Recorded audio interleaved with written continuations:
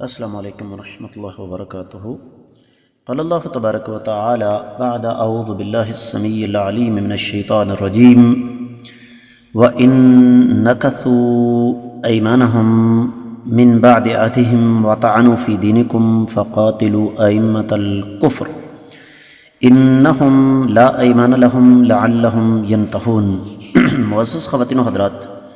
اللہ مالک العلم رب الجلال والاکرام کی توفیق اور اس ذات بابرکات کے فضل و کرم سے آج پیر کا دن ہے 24 جمادی الاولیٰ 1441 ہجری 20 جنوری 2020 عیسوی، اور ہمارے سبق کا موضوع اللہ ملک العلم رب الجلال والاکرام کی پاکیزہ کتاب قرآن مجید 10واں پارہ سورہ توبہ اور سورہ توبہ کی 12ویں آیت مبارکہ۔ تذکرہ وہی ہے جو پیچھے سے چلتا ہوا آ رہا ہے کہ اللہ ملک العلم رب الجلال والاکرام نے یہاں پر تذکرہ فرمایا مشرکین کا،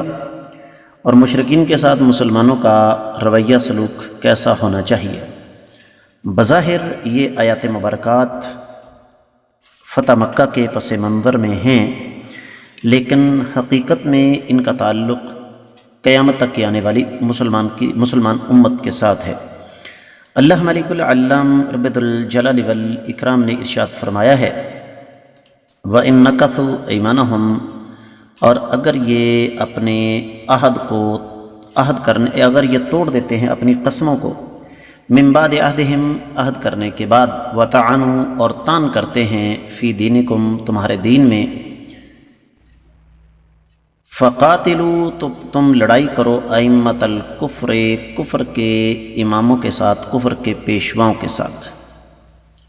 انہم، یہ ایسے لوگ ہیں، لا ایمان لہم، ان کی قسموں کا کوئی اعتبار نہیں ہے، لعلہم ینتہون، شاید کہ یہ باز آ جائیں۔ با محاورہ ترجمہ سماعت فرمائیے گا۔ اگر یہ عہد کرنے کے بعد اپنی قسموں کو توڑ دیں اور تمہارے دین پر طعن کرنے لگیں تو کفر کے پیشواؤں کے خلاف لڑو،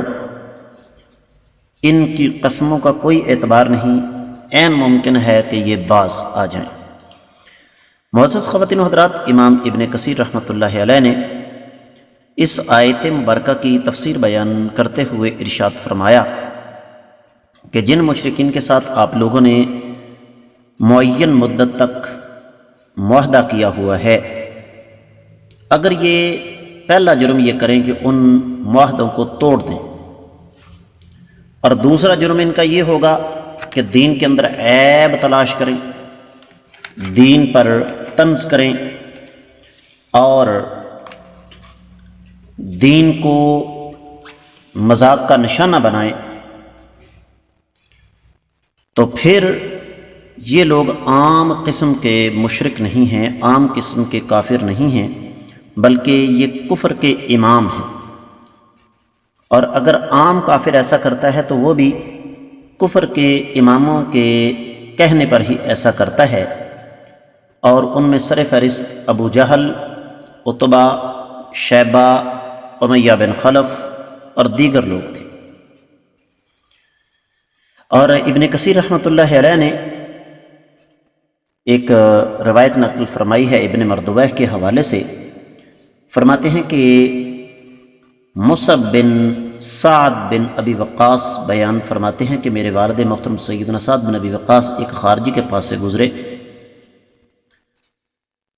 تو اس خارجی نے سیدنا سعد کو دیکھ کر کہا ھذا من ائمۃ الکفر، نعوذ باللہ، کہ نبی علیہ الصلوۃ والسلام کا یہ صحابی کفر کے اماموں میں سے ہے۔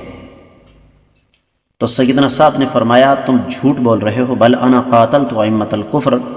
میں تو ان لوگوں میں سے ہوں جنہوں نے کفر کے اماموں کے خلاف باقاعدہ طور پر جہاد و قتال کیا ہے۔ معزز خواتین و حضرات، اسی طریقے سے ایک اور روایت سیدنا علی رضی اللہ تعالیٰ عنہ سے مروی ہے کہ اس کا مفہوم بھی تقریباً یہی ہے، اور اہل علم نے اس بات کا جزم فرمایا ہے کہ اس میں کوئی شبہ نہیں کہ یہ جو الفاظ ہیں قرآن کے، یہ ایک مخصوص واقعہ کے حوالے سے ہیں، لیکن ان کا مفہوم عام ہے۔ اور پھر عبد الرحمن بن جبیر بن نفیر کے حوالے سے ایک روایت ابن کثیر رحمۃ اللہ علیہ نے نقل فرمائی ہے کہ وہ سیدنا ابوبکر صدیق رضی اللہ تعالیٰ عنہ کے دور میں تھے، تو جب انہیں شام کی طرف بھیجا گیا تو فرمایا ان قریب تمہارا سامنا ایک ایسی قوم سے ہوگا جو کہ بنیادی طور پر شیطان کے پجاری ہوں گے، تو ایسے لوگوں کے خلاف لڑنا ہے۔ اور پھر انہوں نے اس موقع پر قرآن کی یہ آیت مبارکہ تلاوت فرمائی، فَقَاتِلُوا أَئِمَّةَ الْكُفْرِ۔ تفسیر ابن کثیر میں جو کچھ بیان ہوا معزز خواتین و حضرات وہ اتنا ہی تھا۔ دیگر کتب تفسیر کا جائزہ لیا جائے تو اہل علم نے اس حوالے سے بڑی تفصیل بیان فرمائی ہے۔ اہل علم یہ لکھتے ہیں وَإِن نَكَثُوا أَيْمَانَهُمْ کہ قسمیں کھانے کے بعد اگر وہ عہد کرتے ہیں اور اس کو توڑ دیتے ہیں کہ یہ تمہارے خلاف نہیں لڑیں گے، تمہارے خلاف کسی دشمن کی مدد نہیں کریں گے، اس سے مراد بظاہر تو کفار قریش ہیں نا، جس طرح کے تفسیر کی مختلف کتابوں میں خاص طور پر تفسیر ابو سعود وغیرہ میں یہ لکھا ہوا ہے۔ تو یہ ان کا پہلا جرم ہے اور یہ شروع سے لے کر آج تک ہوتا چلا آیا ہے۔ کافروں کا سلسلہ ہی یہ ہے کہ یہ خود ہی معاہدے کرتے ہیں، جب یہ مغلوب ہونے لگتے ہیں تو اس کے بعد پھر ان معاہدوں کا ترجمہ بذات خود کر کے ان کو توڑ دیتے ہیں۔ اور اگلا کام ان کا یہ ہے کہ یہ دین میں عیب نکالتے ہیں، نقص نکالتے ہیں۔ اور وطن عزیز پاکستان میں خاص طور پر یہ جو ایک لبرل طبقہ ہے، اپنے آپ کو سول سوسائٹی کہلواتے ہیں، یہ دراصل انہی ائمۃ الکفر کے نمائندے ہیں معزز خواتین و حضرات، کیونکہ یہ ان کے انگوختے دہراتے ہیں، یہ ان کے سبق ہمیں پڑھانے کی کوشش کرتے ہیں۔ کبھی ان کو پردہ جھبتا ہے، کبھی داڑھی اچھی نہیں لگتی، کبھی ان کو حدیث مبارکہ جو ہے وہ کھانے کو دوڑتی ہے، کبھی اسلامی سزائیں ان کو تنگ کرتی ہیں۔ تو یہ دراصل انہی کا انگوختہ دہرانے والے لوگ ہیں۔ تو اللہ تعالیٰ فرماتے ہیں کہ یہ تو ہیں شاخیں، ہماری اصل جنگ جو ہے وہ شاخوں سے نہیں بلکہ جڑوں کو کاٹنا ہے، اور کفر کی جڑیں وہ ان کے آقا ہیں جو ان کو فنڈنگ کرتے ہیں، جو ان کی سرپرستی کرتے ہیں۔ تو رب کائنات نے عرش پر سے اس بات کی گواہی دی ہے کہ انہم لا ایمان لہم، ان کی قسموں کا کوئی اعتبار نہیں،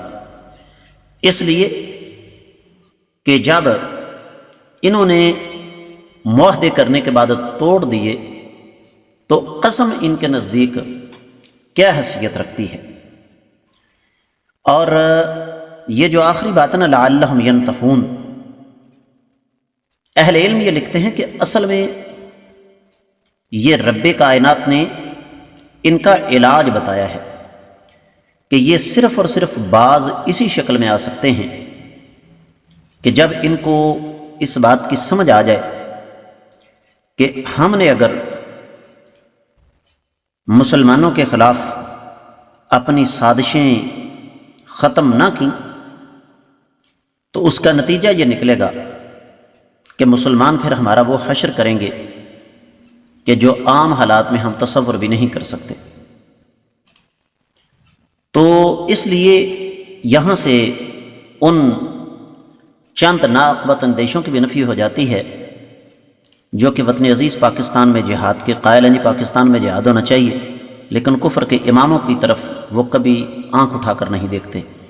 اس کے ساتھ ہی اس آیت مبارکہ کی تفسیر مکمل ہوتی ہے۔ اللہ نے چاہا تو کل ہم انشاءاللہ اگلی آیت مبارکہ پڑھنے کی کوشش کریں گے۔